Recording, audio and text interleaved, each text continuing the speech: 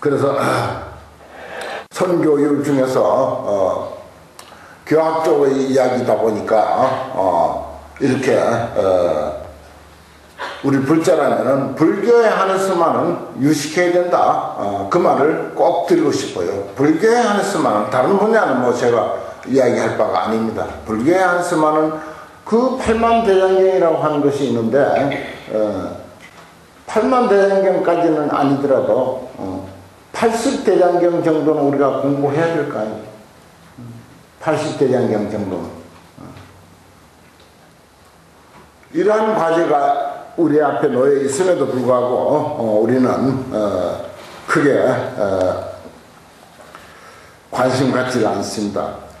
그게 이제 친근선우라고 할 때 선우, 선지식이라고 하는 것을 사람에게 두지 마라. 경전 어록에 두라. 경전과 어록을 선지식으로 생각하면은 얼마든지 길은 있다는 것입니다. 그 다음에 청문정법이라고 했어요. 정법을 들어야 돼. 바른 위치. 바른 법을 들어야 되는데 바른 법을 들으려고 안 해. 그저 내 마음에 맞는 것을 들으려고 하지, 바른 위치인가, 바른 법인가, 최상승의 법인가, 부처님의 가르침 중에서 최상승의 법인가를 생각하지 않고 내 마음에, 내 꿈에 맞는 음식을 먹으려고 하는 것과 똑같아요. 이것도 이제 우리 불자가 새로 생각해야 하고 거듭나야 할 문제입니다. 그 다음에 열의사유라고 해서 열의사량이라고 하는데, 이치와 같이 사유할 줄 알아야 돼요. 법사가 뭘 이야기한다, 경전에 무슨 이야기가 있다, 누가 뭐라고 한다라고 하면 그게 이치에 맞나 안 맞나를 스스로 사유해 봐야 돼요. 누가 뭐라 카더라, 그럼 카더라가 문제를 다 일으키는 거 아닙니까? 불교 안에도 그게 큰 문제예요. 어떤 스님이 뭐라고 하더라, 또 같이 다니는 이웃에 먼저 절에 다니는 불자가 뭐라고 안내하더라, 이렇게 하면 좋다 하더라. 그러면 그만 그거 따라가는 거예요. 그게 이치에 맞는가, 법에 맞는가 안 맞는가도 생각해보지 아니하고, 그 열의사유, 이치와 같이 사유하는 그런 능력이 있어야 돼요. 그러면 절대 삿된 길로 가지 않습니다. 종교를 갖기 전에는 삿된 길 없습니다. 가지 않습니다. 종교를 가질 때부터 그때 삿된 길로 가기 시작하는 거예요.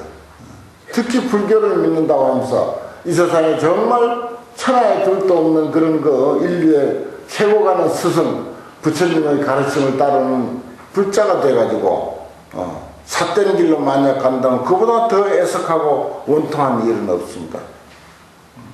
저는 참 그런 것을 볼 때마다 정말 가슴이 아파요.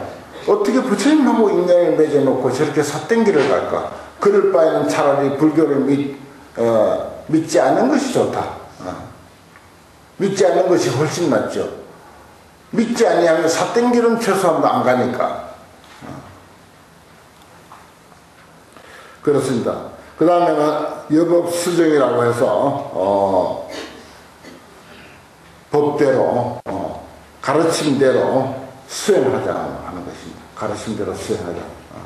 그 수행도량이라고 우리가 여기 봉헌사를 그렇게 이제 명명했기 때문에 또 이런 말씀을 이제 드리는 것입니다. 오늘은 이제 3년 동안 우리가 공부를 하기로 하면은 뭐 서론을 한 석 달쯤은 해도 상관없겠습니다만은 법화경 이름만 법화경하고 시작도 안 하니까 좀 그렇습니다. 그래서 오늘 그 법회지에 봉헌 법회지에 나와 있는 부분을 우리가 함께 보고 법화경에 들어가도록 하겠습니다. 이 법화경은요, 법회지에 보면 제1서품 이렇게 했는데 이건 무슨 말인가 하면은 품은 이제 요즘 우리말로 하면 장이라는 것 같습니다. 1장, 2장, 3장의 뜻이. 법화경은 28장이 있습니다. 28품이 있어요. 28품. 그래서 아주 매 품마다 내용이 분명하고 이야기가 아주 독특한 그런 내용들을 담고 있습니다. 28품 중에서 서품인데 이 법화경은 구체적으로 하면은 묘법 연화경이죠. 묘법. 묘자가 뭡니까? 묘할 묘자입니다. 미묘하다는 뜻이에요. 아주 미묘하고 아름답다는 뜻입니다. 묘자가 아름답다. 묘령하면 아주 아름다운 때 아닙니까? 아름다운 시절 아닙니까? 아름다운 법. 법을 알고 보면은 참으로 그렇게 아름다울 수가 없습니다. 그래서 묘법. 그리고 정말 아름답다라고 이렇게 표현하는 너무 참 부족한 설명인데 그러나 앞으로 이제 묘법이 무엇인가를 이제 두고두고 우리가 참고해 볼 그런 일입니다. 묘법을 무엇이라고 표현했는가, 무엇이라고 비유했는가, 연꽃, 연하다 이거죠. 아름다운 이치, 무상심신 미묘한 이치를 연꽃에다 비유를 했다. 연꽃에다 비유해서 가르친 것, 그래서 묘법 연화경입니다. 연꽃은 뭡니까? 여러 가지 특징이 있는데 두 가지 특징만을 말씀을 드리면은, 첫째는 철염상정입니다. 더러운 데 있으면서도 항상 깨끗합니다. 그 연잎도 깨끗하고 연꽃도 깨끗합니다. 절대 흙이 묻지 않아요. 물도 묻지 않습니다. 그러나 그 흙탕물, 구정물, 진흙탕을 떠나서는 연꽃이 존재할 수 없다는 사실. 이게 뭡니까? 사람입니다. 사람을 두고 그렇게 표현했어요. 사람은 한면으로 보면 참 추하기 이를 데 없습니다.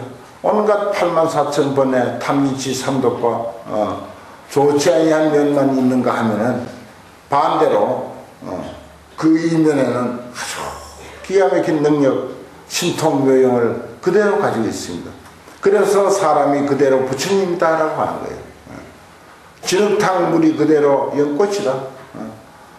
연뿌리 보면 그 연뿌리에서, 못생긴 연뿌리에서 무슨 저런 아름다운 꽃이 필까? 상상이 안 되죠. 상상이 안 됩니다. 그런데 그 못생긴 연뿌리에서 그 아름다운 연꽃을 피우는 거예요. 우리 인간 평소에 보면은 너무 엉터리입니다. TV 뉴스 같은 거, 신문 뉴스 같은 거 정말 치가 떨려서 볼 수가 없어요. 그런 와중에서도 그 이면을 또 가만히 들여다보면 이건 안목이 있어야 돼요. 사람의 진정한 가치를 보는 안목이 있어야 돼요. 안목만 있으면 사람이야말로 참으로 신통한 존재다. 정말 존귀한 존재다. 그래서 뭐라고 불러야 좋을까? 부처라고 부르자. 신이라고 부르자. 하나님이라고 부르자 말이에요. 사람을 하나님이라고 부르자. 사람을 신이라고 부르자. 사람을 부처라고 부르자. 이런 말이 나오는 거예요. 사람을 제대로 본 성인들 입에서는 그런 말이 나옵니다. 그 법화경에서는 그 연꽃, 사람의 참 오묘 불가사의한 그 내용을 연꽃에다 비유를 했습니다. 또 연꽃은 철염상경이면서 또 한편으로는 꽃과 열매가 동시에 있습니다. 연이라는 게 열매인데 연밥, 연씨죠. 그런데 꽃이 맺힐 때 연씨도 같이 있어요. 그 속에. 화과 동시 그래요. 꽃과 열매가 동시다. 같은 시간을 같이 하고 있다. 그 우리는 어린 사람이든 늙은 사람이든 간에 처음부터 아무리 악한 사람이라고 우리가 생각하더라도 그 속에는 부처라고 하는 열매가 늘 함께하고 있다는 사실입니다. 그래 화가 동시에 꽃은 인이고 원인이고 연씨는 결과 열매인데 그것이 동시에 있습니다. 중생과 부처가 동시에 있다는 것입니다. 이런 의미를 가지고 있는 게 연꽃이에요. 그게 또한 사랑입니다. 그래서 사람의 오묘함을 이야기하려니까 그렇게 연꽃으로 밖에 비유가 안 되는 거예요. 저 뒤에 이제 견보탑품이 이제 나오는데 우리나라에서 아니 세계에서 가장 아름다운 사찰 불국사죠. 불국사에서 또 가장 아름다운 구조물 다보탑입니다. 다보 마늘 다자 복의 보자. 그 또한 사랑을 상징하는 것입니다. 사랑을 상징하는 거예요. 사랑의 진정한 가치를 이해한 사람이 법화경에서 다보탑이라고 다보열애 또는 다보탑. 그래서 이제 이 세상에서 가장 아름다운 구조물 다보탑.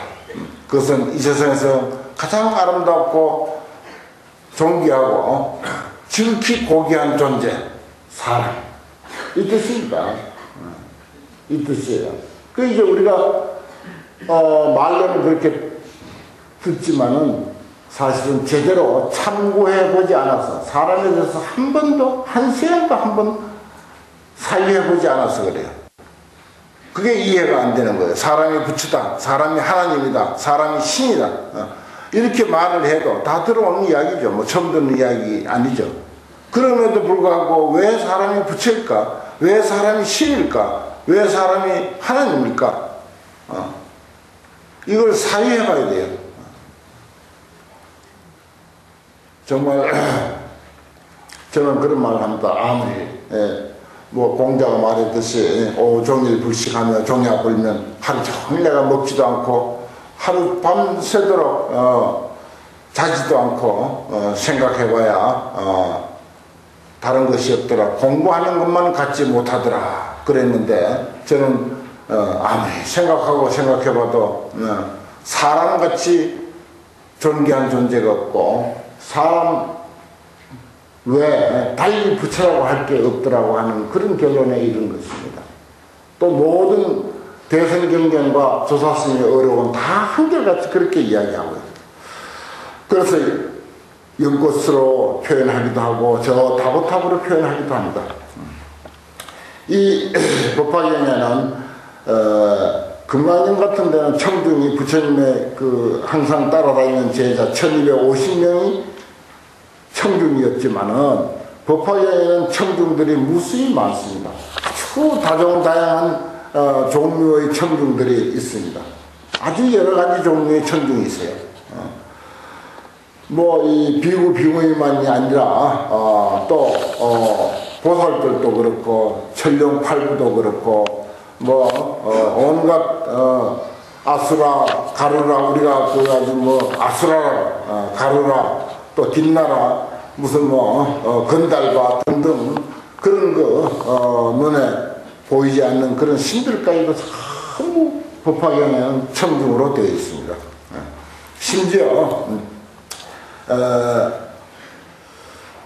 뭡니까 제바달다 같은 사람도 천하에 무도 악인 무도한 악인 그 제바달다 같은 이들도 역시 법화경에는 청중으로 되어 있습니다. 이게 이제 법화경이 갖고 있는 오묘한 이치입니다. 모든 생명 있는 것들은 모든 생명 있는 것들은 다 공이 부처다라고 하는 이 사실입니다. 그래서 법화경에는 청중들이 그렇게 다양하게 많습니다. 첫 구절에 저는 이와 같은 사실들을 보고 들었습니다. 어느 날 부처님께서 왕사선 기사굴 산중에 계셨습니다. 큰 스님들 1만 2천 명과 함께 하였는데 그들은 모두 아라한의 경지에 오른 이들로서 모든 누가 이미 다하고 더 이상은 번뇌가 없었습니다. 자신의 진정한 이익을 얻어서 존재의 속박이 다 없어진 상태라 그 마음은 아주 자유로웠습니다. 많은 청중 중에 대표로서 부처님의 제자 큰 스님들에 대한 이야기를 하고 있는데 여기에 이런 말이 있어요. 자신의 진정한 이익을 얻었다. 자신의 진정한 이익을 얻었다. 우리는 열심히 살아가고 있습니다. 열심히 노력하고 있습니다. 자기 판단으로 최선의 길이라고 생각하고 살아갑니다.